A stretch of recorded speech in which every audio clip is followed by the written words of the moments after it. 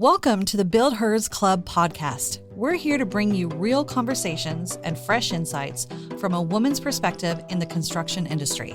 Each episode will sit down with incredible guests, female builders, designers, business owners, and industry leaders to talk about the challenges, successes, and experiences that shape our careers. Whether you're a seasoned pro or just starting out or simply curious about the industry, this is your space to learn, be inspired, and connect with a community of strong, trailblazing women.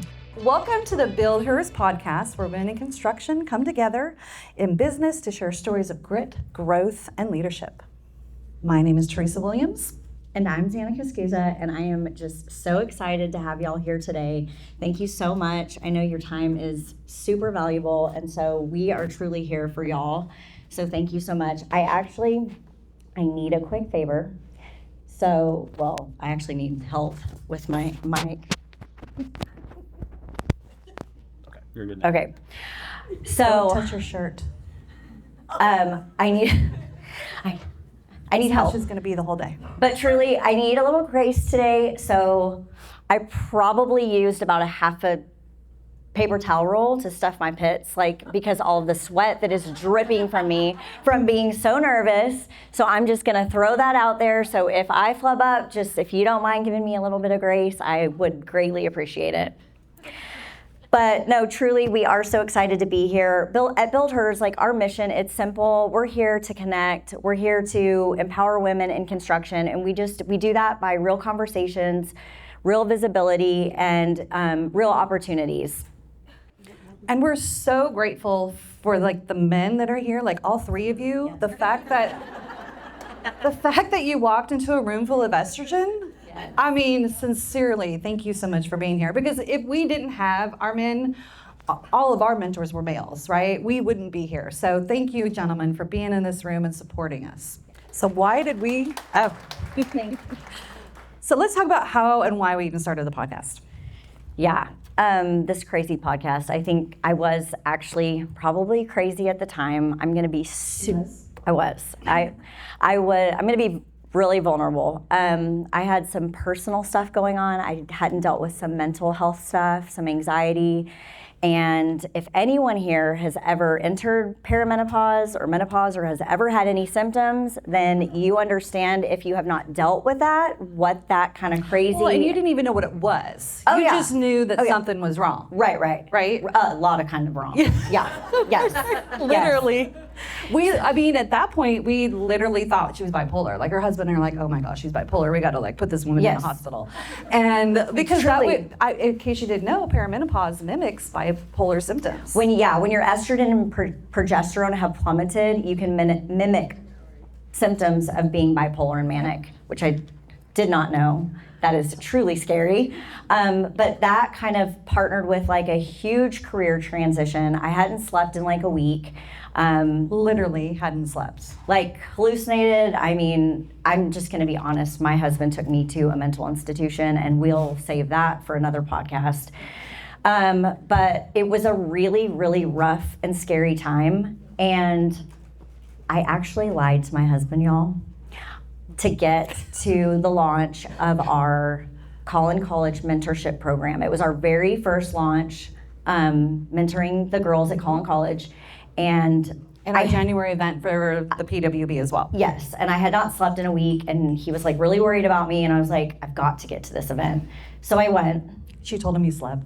She told him she slept. Yes. Yeah. Got there, had the launch of the mentorship program, and then we listened to Kelly Rensel. Mm-hmm. She, at the time, was the lead counsel of Lancey Homes, now Risewell. She spoke about her journey. She had some serious mental health issues. She was bipolar and manic, which I was actually, at the moment, going through some of those symptoms. And she tried to commit suicide 4 times. There was not a dry eye in the place. And I just remember going up to her at the end of it, tears coming down, saying, "Thank you so much for being courageous and telling your story and helping others not feel so alone."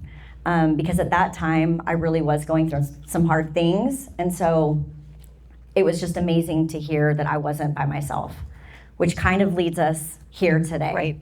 Because after that, Yes. we sat for 3.5 hours like, oh, we want to start a podcast. And she's like, I want to start a podcast too. And so, well, let's start a podcast because we obviously need support for females in the construction industry. How can we reach more women? Like, Yes. how can we help more women? How can we support more women in a male-dominated industry? You know, we're super passionate about workforce development as well. Huge with workforce And development. we need it badly, Yes. as you all know. For every one person coming in, 4 people are leaving. The average age in construction is 45 years old. 45. Think about that for a second. Yes, yes. So workforce development is a passion of ours. So along with wanting to support and encourage women in construction, we also wanted to actually do something. This isn't like Teresa and I just talking for fun. This is truly about all of you and how we can all help each other, and then how can we help our industry. So through the mentorship program and through the scholarships that we've raised through the BuildHERS golf tournament. Which, by the way, save the date, October 19th. Yeah. Bear Creek Golf Course, we're doing another one. Last year we lazed. See, we always flub up. Like, that's just part of it. Last year we raised $31,000. So we're giving that all for scholarships Yes. into the industry. Yes. So it's going to be grounded in facts, experience, performances, and not stereotypes, because in construction, a woman is a stereotype. We're just not as welcome in this industry as we should be. And so we're going to talk about, it's not about opinions, it's what's actually happening in the industry, and we're going to challenge some of those narratives. They're outdated, share what we've seen, and then we're going to talk about where the real advantage lies. And honestly, we just really hope that y'all walk away with a perspective, like a new perspective about women in construction, some tangible things about why we actually succeed in this industry, and then just how you can apply these to your career. So let's get into it. The competitive advantage, why women succeed in construction. So the first thing we need to do is reframe the conversation. For years, the question has been, can women do this? We're too soft, we're too emotional, not built for the physicality of the job, too assertive, not assertive enough, too pretty, not pretty enough, too feminine, too distracting. I mean, we've all seen the Barbie movie, right? We've seen the dialogue. We literally can apply that into construction as well. But that's the wrong question. The real question is, why do women excel in construction? I want to ask all of y'all, and this is for a ticket, why do you think construction is still often seen as a disadvantage for women? Does anyone want to give it a shot for a prize? I think because of the stereotypical women in construction, that women going into big projects, big conversations really are just lacking in confidence because of those stereotypes. You know, I've been in the industry for 40 years, and there isn't a room I can't walk into and own right now.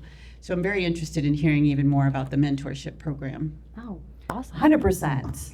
We're confident in the things that we know that we're confident in having babies. We're confident in raising children. I mean, we're confident in certain things in our life that we know we were built for physically, right? So when it comes to construction, a lot of the physicality we're not built for, but there are so many other jobs in construction that we can do. So I think confidence is a huge one, for sure. Thank you. We do. We want this to be interactive. Yes. We want y'all to contribute and speak up and share any little nuggets you have, because we know there's lots of wisdom in this room. There's a lot of, if the average age is 45 years old, there's a lot of wisdom in this room. Just saying. And I'm not aging anybody, although I did age myself when you said 18 years in construction.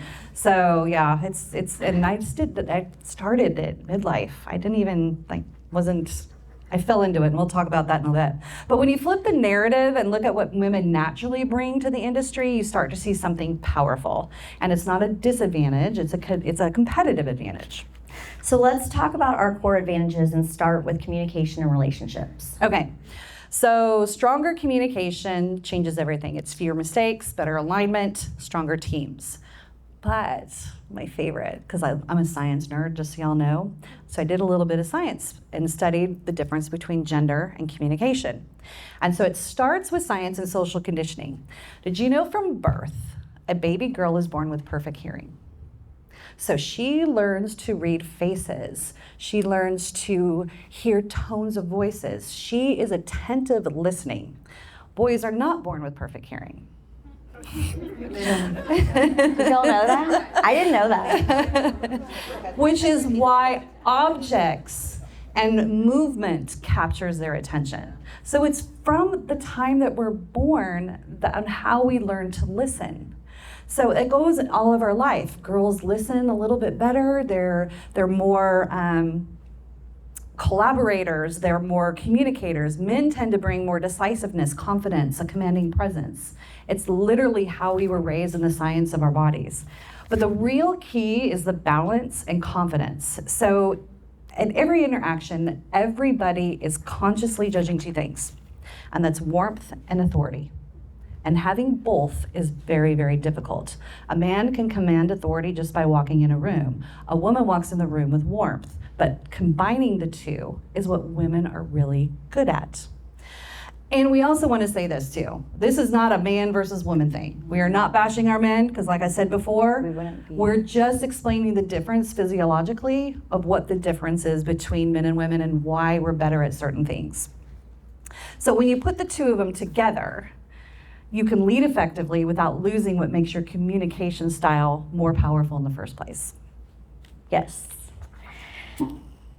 See, this is part of like why I get nervous and why I have sweatpants. Okay. Grace. Thank you all. So let all of y'all know that relationships truly do drive this industry. Referrals, repeat clients, trust. I mean, women really do excel here. The honest truth is, I didn't plan to be in construction. I mean, what little girl is like, hey, I can't wait to sell toilets when I grow up? I mean, that's just... Barbie didn't have a toilet like that. Yeah. I actually majored in kinesiology, and I just loved inspiring and encouraging women, like with workouts and like nutrition and that kind of stuff. But I switched my major 8 times and finally got done, and 9 years later, and obviously I'm not a doctor, but yes, I did finish. And I think it taught me a ton of like about persistence and to just do it, keep going and be open to unexpected paths. And also a wise woman who is probably one of the first home builders in our industry said to us, never turn away an opportunity. Thank you, Jennifer Johnson, with Olivia Clark Holmes. But she actually said that on our podcast. So I finally got done with that. Let's talk about the plumbing career. Totally by accident. My friend from college was like, come sell plumbing with me. I was like, yeah, right. I mean, I don't know anything about PEX or washer boxes or anything. But she's like, I'll teach you everything you need to know. You know how to sell, you're a hard worker, and you know how to build relationships. And so she took me under her wing, and she will actually tell you to this day that I was like practically glued and living on her ass for 2 years. I mean, 2 years of like every meeting, every job site, everything. I mean, talk about mentorship. I mean, it really did truly change my life, and I desire to give back when I can in that way to others. But then kind of came the chaos. So I stepped into that role at a rep agency. We repped 10 plus plumbing lines, from commodes, tubs, faucets, you name it. I didn't know anything, y'all. Like, I was so scared. I cried in my car. I cried at home. I cried at the office. I mean, they actually made a shirt that said, suck it up. There's no crying in plumbing because of it. I mean, and when you watch the video later, you'll see, we'll pull up a picture of her in that shirt. We actually have that.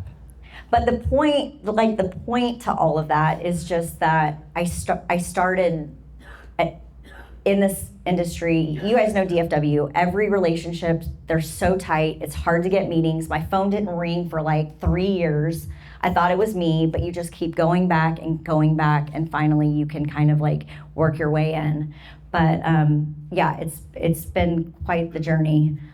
Well, and I want to bring in that emotional aspect too, though, right? Because women have been told that we're too emotional.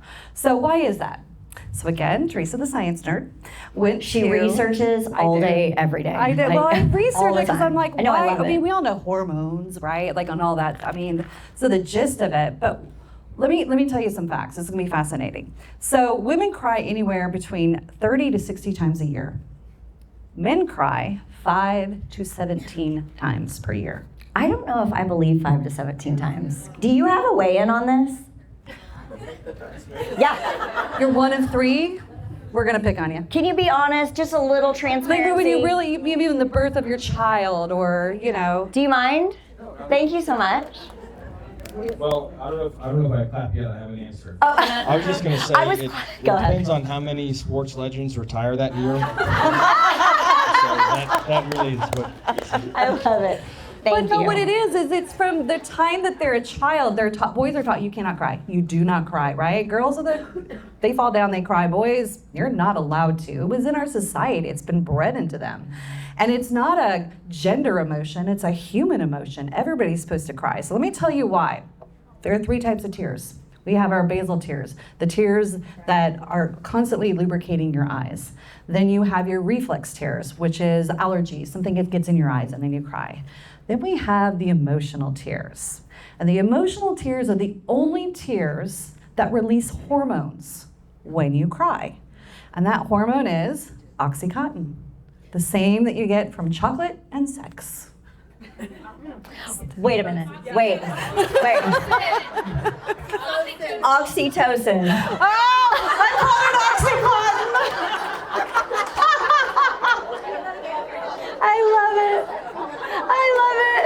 Can we edit that out? Can we edit that out? Yes, agreed. Oxytocin. I love it. So, Teresa, are you telling me? We have to leave it in.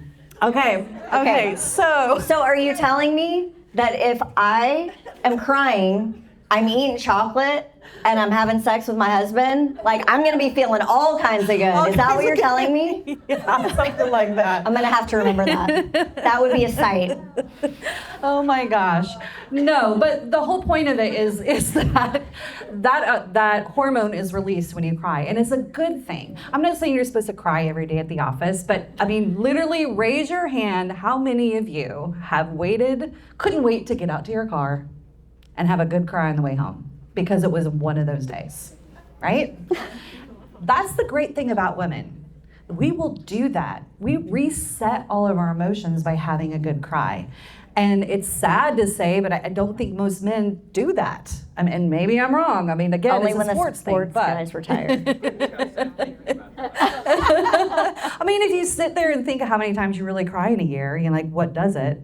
Children being born, you know, big events. But women, we'll cry at a lot of different things. But our Plumbing. emotions, plumbing, Nightmare. our emotions build up. And so being able to let that out, that's an advantage. It's not a disadvantage. What is the advantage is knowing when to let it out. Who here has had one of those days? Everyone answered their answered. Everyone here raised their hand. So let's talk about attention to detail and client experience. Okay, so one of the things that we know about women is our attention to details. And that is where we excel. I've never looked at a sales appointment as selling. When I go to a client's house, I'm informing them of my product. I have to ask questions, and I ask a ton of questions. By the time I leave, I know their child's name, birthday, dog's name, I mean, everything about them, because I'm designing a product according to their lifestyle. And so when we leave, it's not a sales appointment, here's my product, tell me about your life, how can I fit this product into your life? And it's about building relationship, but also paying attention to those details. Absolutely. I had a builder once who was having a bad day, and I had to talk to him about something that had gone wrong. As we know, things go wrong. And I had remembered that this kind of energy drink he liked, and I just had dropped him by. And then later when we met, like a month or two later, he's like, thank you so much for just remembering me. I mean, it probably wasn't the energy drink, really. I mean, it was probably like that it was his favorite one. Well, it might have been. I mean, who doesn't need some caffeine? But the point is just kind of like, Or Oxycontin. yes. I don't sell that, by the way. Just letting y'all know that is not on the menu. But truly just paying attention to the details. I mean, it builds trust and it builds that relationship to they're like, oh, like they actually kind of care about me. Maybe I do want to work with them because it's not fun when it's transactional. It's definitely more fun when you have that relationship that you've built. Well, and think about it this way too. If the average age is 45, that means there's a lot of older generation in the industry, right? They weren't emails, texts, people. It was pick up the phone, go meet them and talk to their face. And a lot of our older generation builders and clients, they want you to be there present. They don't want a text message and they don't want an email. So getting out there physically, you've got to also know who you're working with as well. And I actually ask my builders, how do you prefer to communicate? And I've actually found that is really helpful, because some people are just only on the phone, mainly text, email. We have so many different ways to communicate. So that's something that's really helped me, and actually they've appreciated that I've asked them that. Just kind of something to think about. But I want to ask y'all, because we got to keep this interactive. Can somebody tell us what you do to build relationships with your builders or customers or clients? There we go. Oh, here we go. I mean, I think you already said it, but listen. I had I won a job this weekend actually, because I had listened to the fact that she was really concerned that her tiny 10-pound dog was going to destroy every single piece of landscaping. And she bid me out, and the guy he put mulch in the beds, and a landscaper. And I was like, we have rock in the beds for a reason. And he just hadn't asked why she wanted rock in the beds. And he was trying to save money, but he hadn't listened to her. And so she came back to me, even though it was more expensive, because I'd listened. That's a great example. Yeah, that's a great example. That's awesome. Anybody else? There's one in the back right there. I think I just talk to them like they're a friend, and you know, I don't act better than them, or like I'm more confident with them, and just talk to them like a friend and make it fun and interactive, and like she said, listen is one of the big things too, is just make sure I kind of try to turn it around, like what would I want to know if I was going through this process. And so I try to get a step ahead and ask them those questions first to make sure they understand the process and things like that. And smart. Okay, so I want you to do me a favor, Kelly, if you don't mind, please. Well, okay, so there's a ton of us vendors in here that are stock builders, as we know, it's our job.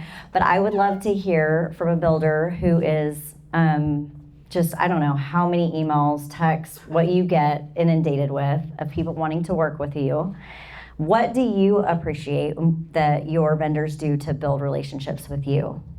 Yeah, it could be really difficult for builders, especially right now, with the amount of volume and trades that are in the field. But every vendor that I think that has done something memorable has been very unique.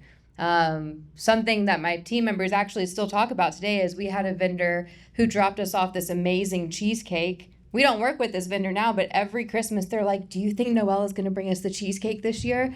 They love the cheesecake. But it's stuff like that. I mean, anyone can deliver cookies. Anyone can drop off stuff, but it's something that's really unique and special, or even just like, hey, I'm stopping by. I don't need anything from you, but can I bring you a coffee? Can I bring you a Celsius? I'm just stopping by. I don't need a meeting. I just want to drop this off. And it's just those small little interactions that will continue to build that relationship. Because walk into any builder and it's going to be difficult to grab them on a cold call, if you're walking in their office. But it's the small touch points that seem very small and insignificant, but mean the most. Thank you so much. Oh, I'm not getting off of this. oh. Thank you. that will be good. So let's talk about leadership. Leadership is not about control, it's about influence. Let's talk about the different styles of male versus female. So first up, communication, right?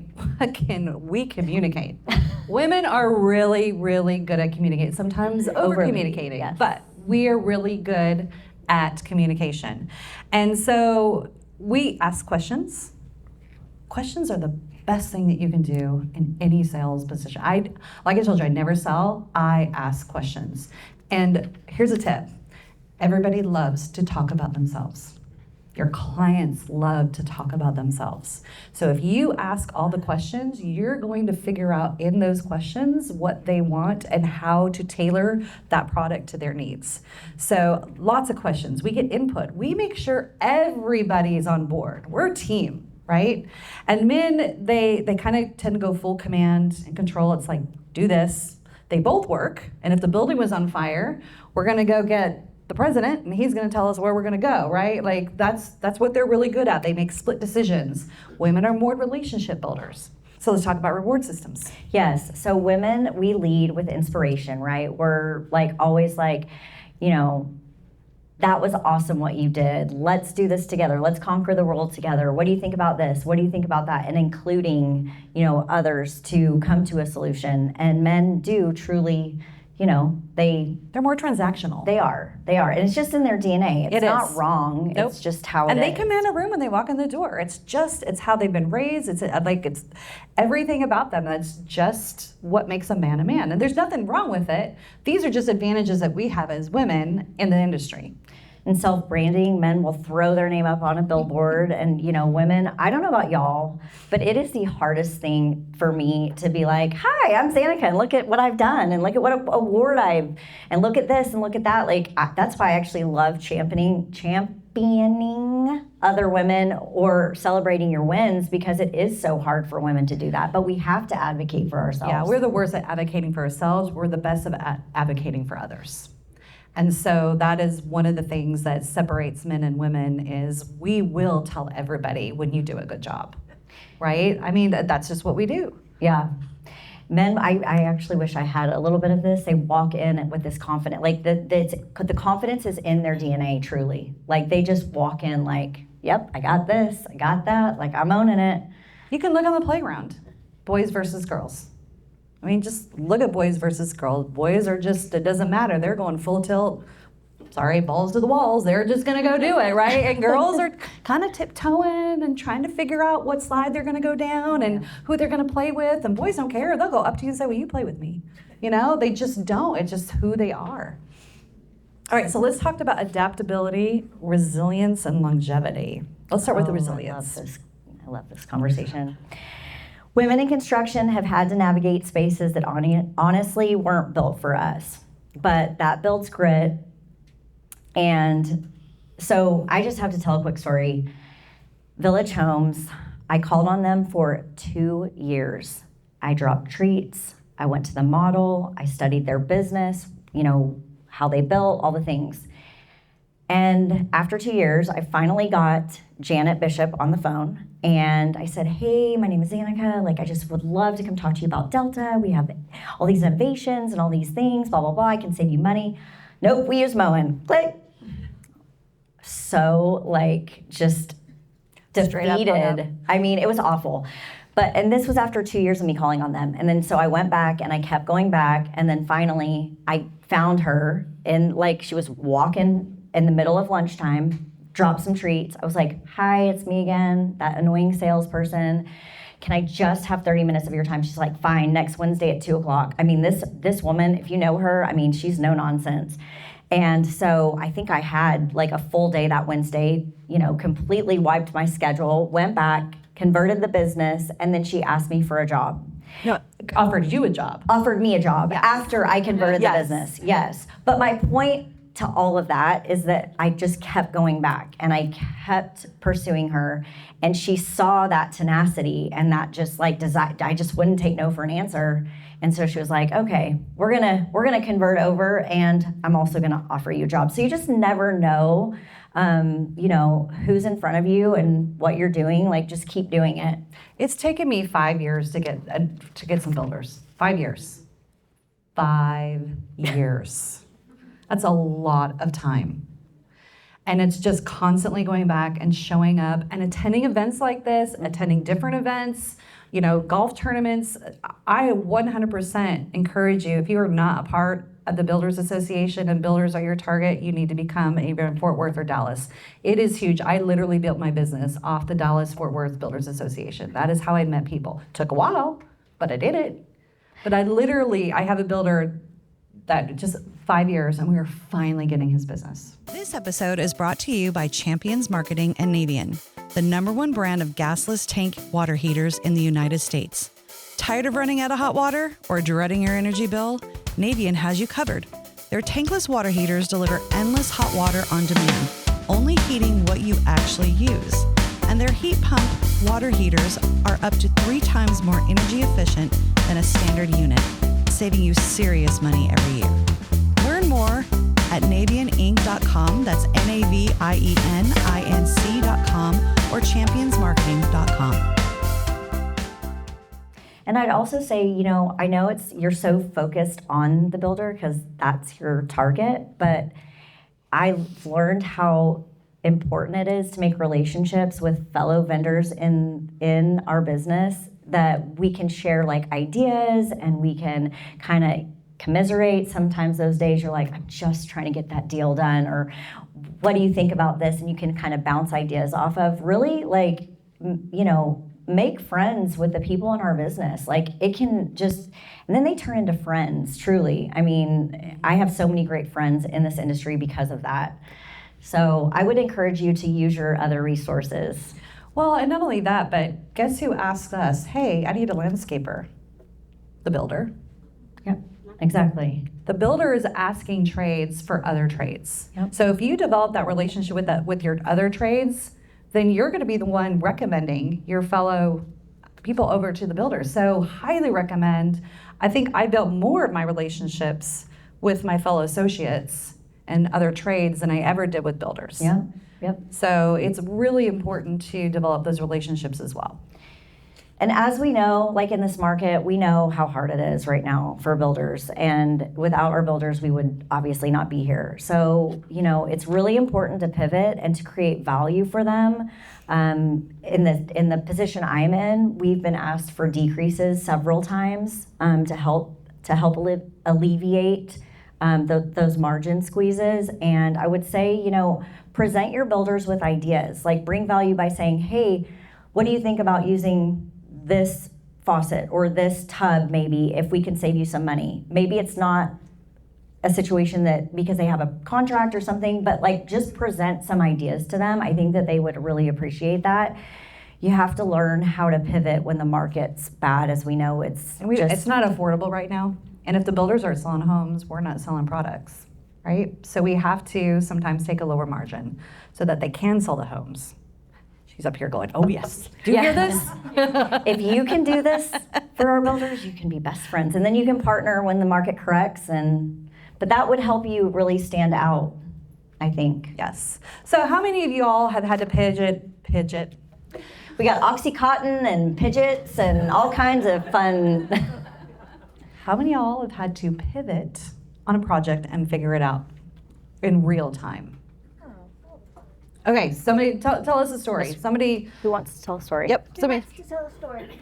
Okay, hi everybody. Thank you, ladies, for doing this for us, by the way. Oh, you're this so is awesome. Thank you. I was on a job site last week.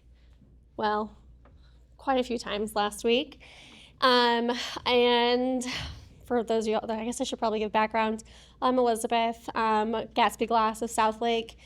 We do specialty projects associated with glass, right? So custom glass solutions. I had a custom glass partition going in for an office, and I had a installer get hurt on the job. So it was great. Had to pivot there and hire some temporary labor, which is, of course, always challenging in the industry. But figured that out as we were on site. Turns out that the 90 that we had was not actually a 90. It was a 93 in one corner and a 95 in another. So our system would not fit into that 90.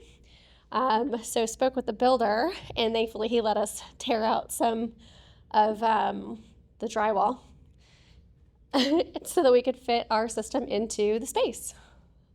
So we did a lot of pivoting, a lot of conversations, a lot of over communication, to y'all's point earlier, to make sure that the project got done right and the product looked the way that it needed to.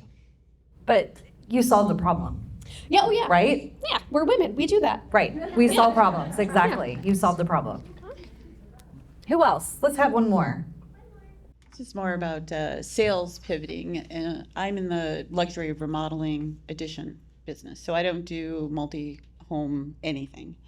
But my biggest pivot was probably the biggest client that I've ever had was a $2.5 billion development owner. and he hired us to renovate his home over a year and a quarter period. And the big pivot really came with how you talk to someone else in the industry that's in the opposite industry. A lot of you in this room are in multifamily, and I do, maybe a $1.5 million project. Right now I'm working on, the biggest one is a $4 million project, but it's one home. So how do you pivot when you're working with a man who works in negotiation every day of his life, right? It was personal relationships, making friends, and really learning more about myself, in that negotiating to him is a zero to me. No negotiating. This is how we run our business. That's how you run your business. We can talk about it, what the differences are, but the pivot really had to come with the sales approach of, I'm not changing my business. You hired us. This is our business. And how many years have you been in construction? 40 years. 40 years. Yeah, that comes with 40 years of confidence right there. Just so you know. Right. Because there's no way when you're 5 years into it that you're going to look at somebody and go, yeah, no, sorry. You know what I mean? Like it takes time to build that confidence, and you're confident in who you are and what you do for a living, right? So you know how good you are and you own it.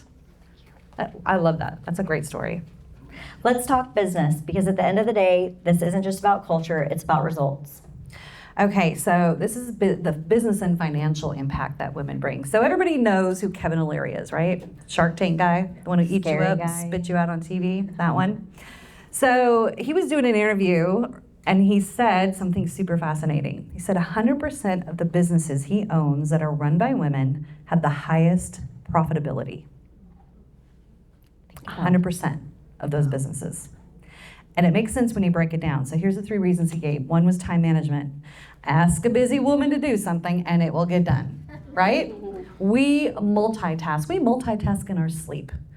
I mean, okay, seriously, in fact, Felicia and I talked about this the other day, brushing teeth, making lunches, finishing an email while you've got your hair in rollers or however it works. I mean, always multitasking. And for us, it's not a skill, it's a lifestyle. We're just really good at it. And so the second thing he said was goal setting. So women set goals that are realistic and attainable. They bring in the group and everybody works toward those goals. Men set sky-high goals and then celebrate when they hit 50%. And y'all, think about that. It's true, right? We didn't think anything different. When I read this, I was like, well, that's true. Holy cow. That's exactly what they do. And they're high-fiving and woohoo, we made 50%, and we're maybe set half of that goal, but we make our goals. And he said the difference is it actually boosts the morale in the company and it keeps everybody motivated. And then the third one was risk mitigation. Women diversify risk and men put all their eggs in one basket. And it's smart, steady, sustainable growth. So the numbers don't lie. The Small Business Association from 2019 to 2023, so mid-COVID, y'all too, and all of this, women-owned businesses grew 94% faster than male-owned businesses. Wow. We are driving small businesses in America right now.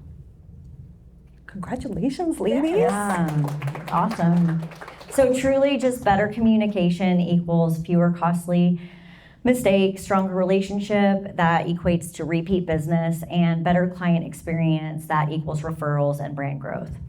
That's how companies scale, and that's how reputations are built. So let's ask a question. What is one way you've used your strengths in communication, relationships, or attention to detail to make your business grow more profitable or your team grow? And that's a big question. So I had a bit of a transition. I worked at a window and door company for about 7 years, and then I had switched to insulation. And so the biggest thing was I didn't know anything about insulation. I literally came up to them and was like, I don't know anything, but hey, I'm learning and I am willing to get that answer. And if I don't know the answer, I'll go figure it out. I don't just let it go and say, I don't know. I was the why kid. Why did it work? Why did it happen? How can we make it work? So that was one big thing that I would say was just literally just telling my builders, like, hey, just bear with me, understand that I am here for you. I am willing to get that answer for you. Just give me some time. But I had pretty significant growth with just that experience, just that ability to tell them that and have that true conversation with them. Being honest. Yeah. Being honest, for sure. So the stereotype. Let's talk about breaking the stereotype. Oh, yeah. All right, so like Xanica, I spent 9 years in school and I do not have a doctorate. Back then, when the dinosaurs roamed the earth, we had two choices in my family. It was nursing or being a teacher. So I tried both and I didn't like them. That was what my dad was willing to help me with. And so I decided that I wasn't going to do it. So I kind of went part-time to college for a while, and I worked every single job out there known to man. And I'm not kidding. I mean, from bartending, I was a wedding singer for a while. I was a nanny. I mean, I did everything. Retail, sold furniture, trying to figure out what I want to do with my life. And we ask junior high children to pick a career. I was 23 and still had no clue what I wanted to do with my life, right? So finally it was like, okay, I got to get my stuff together. I'd got married in between. I'm like, I got to graduate. So I had so many credits. I graduated with 2 degrees. And it was business and marketing. And so I had been doing skincare and makeup for about 6 years, in my mid-30s. And my brother came to me and he's like, hey, I'm going to start this business. Will you run the inside of it? And I was like, okay, I'm ready to do something different. So I signed on with him. I learned all the inside stuff and all the business aspects. And then he said, hey, I'm moving. You want to buy me out? And so this was 2010. It was a year after 2009, which was the crash. And I was 2 weeks postpartum of having my daughter. And I made the brilliant decision to buy him out and have an outdoor living company, of which I knew nothing about. So when I say there was blood, sweat, tears, I'm not kidding, y'all. It was throw myself in. There were no women. It took 10 years for me to see a female project manager out on a job site. And I know this woman, and every time I see her, it's like, oh my gosh, there was some representation out there in the field. It was like, I literally almost teared up because like it was so exciting to see somebody else out there. And I was, even through that time, it took 6 years even to see the black. So I wasn't taking a paycheck. And when I tell you, if it wasn't for my male mentors and my male builders that were there for me to help me and teach me and guide and tell me I could do it, I wouldn't be here today. And I'd made some changes in the business in around 2018 and decided to completely change the trajectory of it and went for high-end outdoor living. And because I swore I would never, ever get stuck in that 2009 again and take 10 years to actually make a profit. So we're now a high-end luxury outdoor living company. We're moving into Austin, we're moving into Houston. We generate millions of dollars in sales a year. But I went through divorce, 3 children. I mean, everything that you can possibly imagine in that time, knowing nothing. I mean, I would reference makeup, building your face, to building a house. That is literally how I would Did you say that you did Mary Kay already? Did you already say that? No. Well, I did several different makeup lines, so that's why just makeups and skincare. Okay. So I repped Bobbi Brown for a while too, and Mary Kay was my favorite actually. But I was like, the foundation was, the literal foundation. And, the framing was your contouring, and the pretty finishes were makeup touches. Literally was referencing because I knew nothing about it. And if you can come from makeup and do this, y'all, I mean, literally anybody can do this. Like, you really can, and I can't stress enough because I've heard so many of our young girls that we were mentoring, like, I don't feel like I belong here. And y'all, you do belong here. We have so much to give this industry, and I guarantee you a lot of the men in this room, they love working with women. We get stuff done. We really, truly do. I mean, right? Say yes. Back me up here. But I want to ask a question because none of us really went to school for this. How many of you went to school, minus the mentorship table here in the corner? You guys can say it. They're all in construction management at Collin College here. How many of you went to school for construction? I did Okay, not but she's know 12, that. so it doesn't count. One person in this room, other than the girls who are going right now, went to school for So to be in you construction. know you wanted to build homes. No, I wanted to be a nurse. Oh. And I couldn't afford it, so then I had to figure something else out. Okay. Interesting. I'm also scared of needles. Yeah, that was my problem too. Do you want the mic? No. Okay. That's what I'm saying though. We all fell into this job. None of us were like grew up and said, "Hey, I want to build." I mean, I built Lincoln Logs, when I was a kid with my brothers, but I wasn't growing up. There wasn't a representation out there of a woman in a hard hat anywhere when I was growing up. So it's something that we kind of fell into, and we decided to do this as life happened. Okay, so we're going to open this up to a Q&A. So these are any questions you absolutely want to ask. Or comment about your journey Yes. that you think someone else can learn from. Because that's what's great about women is we all have stories that somebody else can learn from. So who wants to go first and get a blue ticket? Hi, I'm Jen. Thank you so much for everything that you've said. I really appreciate it. Xanica, when you said there's no crying in plumbing, my beautiful assistant and I kind of chuckled because my daily task list, our tagline is there's no crying in operations. So yeah, I've been in my position for 9 months and I've probably cried about 17 times in front of our male executives. So Thank you for making me not feel like a crazy person. well, I'm also in the middle of perimenopause, so whatever. It's a real treat, isn't Great it? time to do a career shift. Oh, Absolutely. Yeah. Oh, yeah. I heard someone call it cougar puberty, and I like that a lot better. Oh, my And I'm gosh. already branded a cougar, so it goes really well. So I have a question for you about confidence. I am the only woman in our executive team. I've never been in construction. This is literally my first opening to construction. I took the job because it was like, hey, why not? I'm tired of legal. So walking into a room and feeling like I'm expected to know everything about everything. I'm a director of operations and HR, and I constantly feel like I know nothing. I know operations really well, and I know HR, and trying to get it to translate into the construction industry is very, very hard.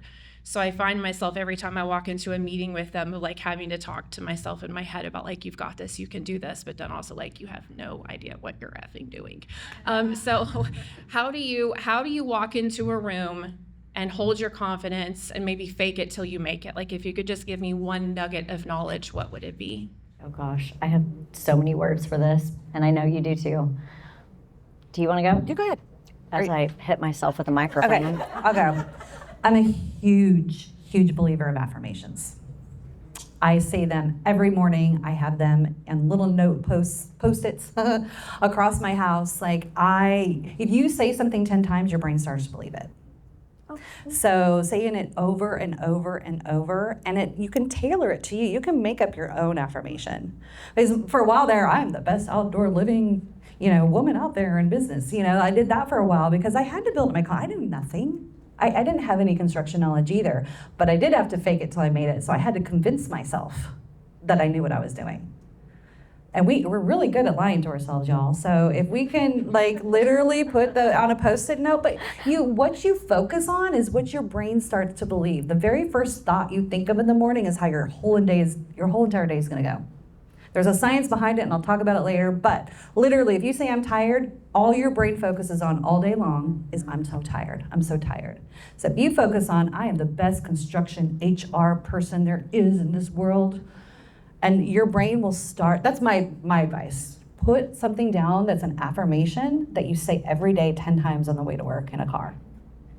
I would also say, remind yourself that you got hired for that position and you belong there, and lean into your women, your friends. I found so much strength in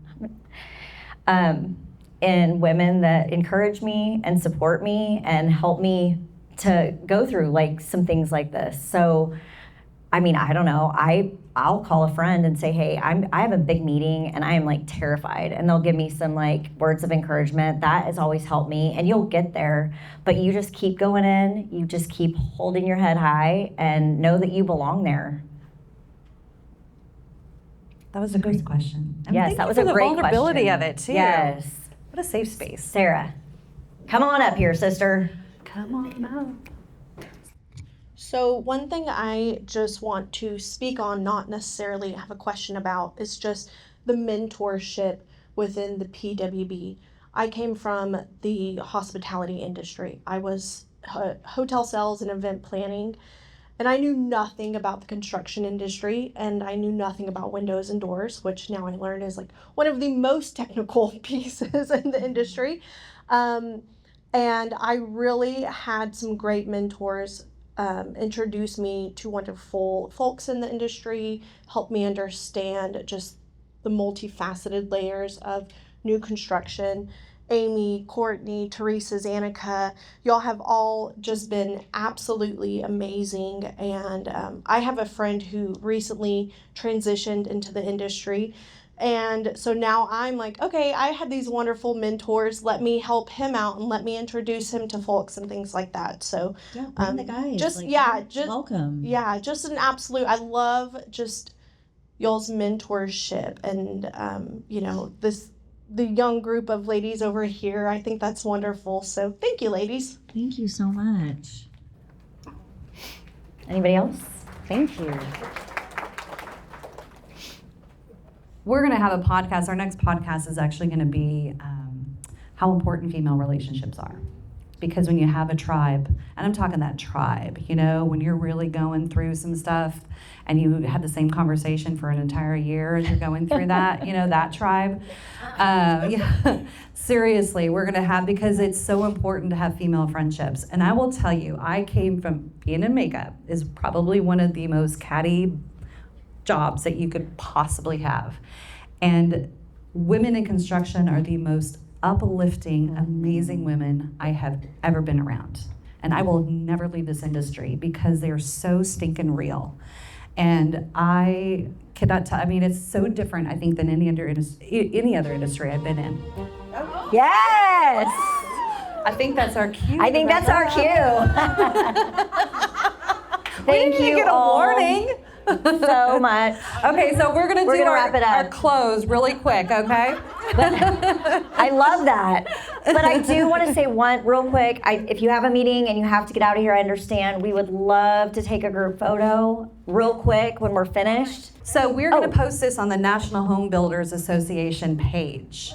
So this is quite a big event. So we want to get a photo of everybody in the room, if you guys would mind doing that. But we're going to close it up for the podcast style really quick. So as we wrap it up, this is the one thing that we want y'all to remember. Women don't just belong in construction. We are redefining construction. Where am I? Because this industry doesn't just need more people, it needs more perspective. So here's your call to action. If you're a leader, hire, mentor, create some space. If you're in the industry, own your value and use your voice. And if you're connected to education, introduce the next generation to use these opportunities. Yes. Y'all go connect, meet someone new, keep building, and my very biggest lovely piece of advice is bring another woman up with you. We'll see you next time on the BuildHERS podcast. Thank y'all so much. BuildHERS Club is a production by Monarch Media Hub. Recorded and edited by MZ Studios and executive produced by the amazing Abigail Thompson. Hosted by me, Teresa Williams. And me, Xanica Scusa. If you have a topic you want us to discuss, message us on Instagram at BuildHERS Club. Or email us at hello@monarchmediahub.com. That's HELLO@monarchmediahub.com. And as always, when commenting, please use grace. We're here to build each other up.